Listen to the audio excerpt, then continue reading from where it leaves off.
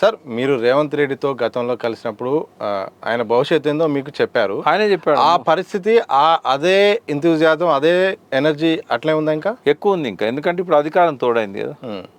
ఇప్పుడు మొండోడు రాజు అయిన తర్వాత అధికారం తోడైతే ఎవరు ఆపుతారు? కాబట్టి Revanth Reddy type poll management చేసినంత కాలం అంత ఈజీ కాదు అవతల వాళ్ళకి గెలవడం అనేది. ఓకే, అంటే వాళ్ళు కొంత ఎథికల్గా ఉండాలి, లేకుంటే కొంచెం మనం హైప్ ఉంది, మనం గెలుస్తున్నాం. రేవంత్ రెడ్డిలో గెలుపుకు కావాల్సిన ఒక లక్షణం ఏంటంటే అవతల వాళ్ళతో మైండ్ గేమ్ ఆడతాడు. అది ఎవరు ఊహించలేరు. ఎట్లా సార్? చాలా ఉంటుంది దాని కథ. ఒక ఎగ్జాంపుల్ చెప్పండి. ఇప్పుడు యుద్ధానికి పోయేవానికి ఉత్సాహాన్ని ఇవ్వాలి, శక్తిని ఇవ్వాలి. ఓకే, ఫస్ట్ ఆ ఇంట్లో చిచ్చు పెట్టిన దానికి రేవంత్ రెడ్డి బాధ్యుడు. సెకండ్ ఏంటంటే పెద్ద మనిషిని కొంచెం మానసికంగా ఆయన బాధపడే విధంగా అడ్డమైన మాటలు మాట్లాడండి ఒక ముఖ్యమంత్రి స్థాయిలో. పండబెట్టి తొక్కుతా, కడుపులో పేగులు తీస్తా, కనుగుడ్లు వీకి గోళీలు ఆడుతా. అంటే ఆయన మెయిన్ ఉద్దేశం ఏంటంటే కేసీఆర్ ఫీల్డ్ మీదకి వస్తే తట్టుకోలేడు. ఓకే, ఆయన ముందట ఆ వాదన పటిమ కానీ ఆ సబ్జెక్ట్ కానీ వెల్కమ్ చేస్తున్నారు కదా. కేసీఆర్ బయటికి రావాలి, అసెంబ్లీకి రావాలి, నేను రిక్వెస్ట్ చేస్తున్నా అంటే దీన్ని ఎట్లా అంటారంటే ఇది మైండ్ గేమ్ ఆడడం అన్నట్టు. ఇది కూడా మైండ్ గేమ్. ఎట్లా అంటే ఒక మంచి వ్యక్తిని బూతులు తిడుతూ రా యుద్ధానికి అని అంటే ఈ అల్పంతో నేను పోరాటానికి వస్తానా? ఆయన లెటర్ రాస్తేనే సుజన విధేయుడు అని రాస్తాడు. అంటే ఈనాటి రాజకీయాలలో ముళ్ళును ముళ్ళుతో తీయాలనేది కేసీఆర్ లక్షణమే, నో డౌట్ అబౌట్ ఇట్.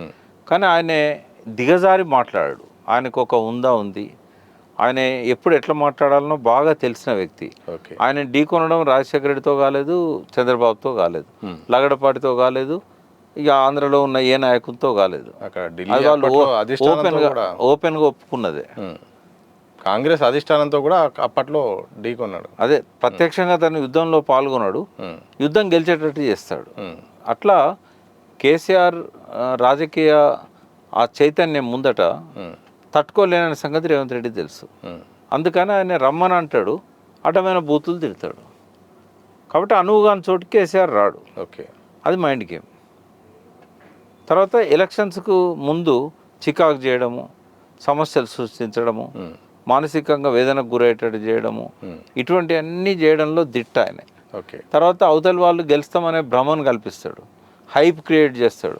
అవసరమైతే ఒక సర్వే సంస్థ తనే దొడ్డిదారిని పంపిస్తాడు. అవతల వాళ్ళు గెలుస్తారనా చెప్తున్నా కదా నేను. అవసరమైతే ఒక సర్వే సంస్థ తనే పంపిస్తాడు, ఒక దొడ్డిదారిని పంపిస్తాడు, తను పంపించినట్టు అనుమానం రాకుండా. వాళ్ళు ఏం చేస్తారంటే 17%, 20% అని చెప్తారు. ఇక వీళ్ళకు హైప్ క్రియేట్ అవుతుంది. ఎట్లా గెలుస్తున్నాం కదా, ఎందుకు డబ్బులు ఇవ్వాలి, ఏదో అట్లా పడేస్తే పోతుంది, ఇంత ఖర్చు పెట్టాల్సిన అవసరం ఉందా? అట్లే జరిగిందా సార్? చాలా జరుగుతాయి. నేను అనేది ఏంటంటే ఇవన్నీ జరిగినాయి, కొంత హైప్ క్రియేట్ అయింది, అప్రమత్తంగా లేరు. మీరు అన్నట్టు అది నంబర్ 1 రీజన్. అది క్యాడర్ను బలోపేతం చేసుకోకపోవడం, నిర్మాణం పటిష్టంగా లేకపోవడం, బయట నుంచి వచ్చి అక్కడ ప్రచారం చేసేటప్పుడు వాళ్ళు నారాజు కావడం, వాళ్ళకేం ఇంపార్టెన్స్ ఇవ్వకపోవడం, కొంతమంది ఇచ్చిండ్రు, కొంతమంది ఇవ్వలేదు. తర్వాత వాళ్ళను నయాన్నో భయాన్నో ప్రభుత్వం లొంగ తీసుకోవడం, బూతులలో లేకుండా చేయడం, ఈవెన్ అక్కడ డ్యూటీ పడ్డ పోలీసులతో కూడా ఓ 10-15 నోట్లు ఒక్కొక్కరితో గుద్దించడం కొన్ని బూతులల్లో చాలా జరిగినాయి. ఈవెన్ పోలింగ్ బూత్కి వచ్చిన కూడా నోట్లు పంపడం అనేది విజువల్స్ రికార్డ్ అయినాయి. చిన్నపిల్లలను తీసుకొచ్చి ఓట్లు వేయించడం, ముసుగులో బుర్కాలు వేసి ఓట్లు వేయించడం చాలా రోజుల నుంచి చెప్తున్నారు. బట్ దాన్ని కంట్రోల్ చేయడానికి ఈసీ సిద్ధంగా లేదు. ఈసీ మొత్తము ఈసారి ఎన్నికల ప్రత్యేకత ఏంటంటే ఈసీ అమ్ముడుపోయింది కంప్లీట్గా. ఈసీ కంప్లీట్ వన్ సైడెడ్గా మౌనంగా ఉన్నది. ఎంతమంది ఎన్ని కంప్లైంట్స్ ఇచ్చినా తర్వాత విజువల్స్ అప్లోడ్ చేయడానికి విజిల్ అని ఉంటుంది. అది 1 డే బిఫోర్ చెప్పిండు ప్రవీణ్ కుమార్ పోయి, అది పాడైపోయింది, అది పనిచేస్తలేదు, అది చేయండి, యాక్టివేట్ చేయండి, అన్ని అక్రమాలు జరుగుతున్నాయంటే కూడా మాకు సంబంధం లేదు, మీరు ఎలక్షన్ కమిషన్ ఆఫ్ ఇండియాకు చెప్పుకోండి అన్నాడు ఎలక్షన్ ఆఫీసర్.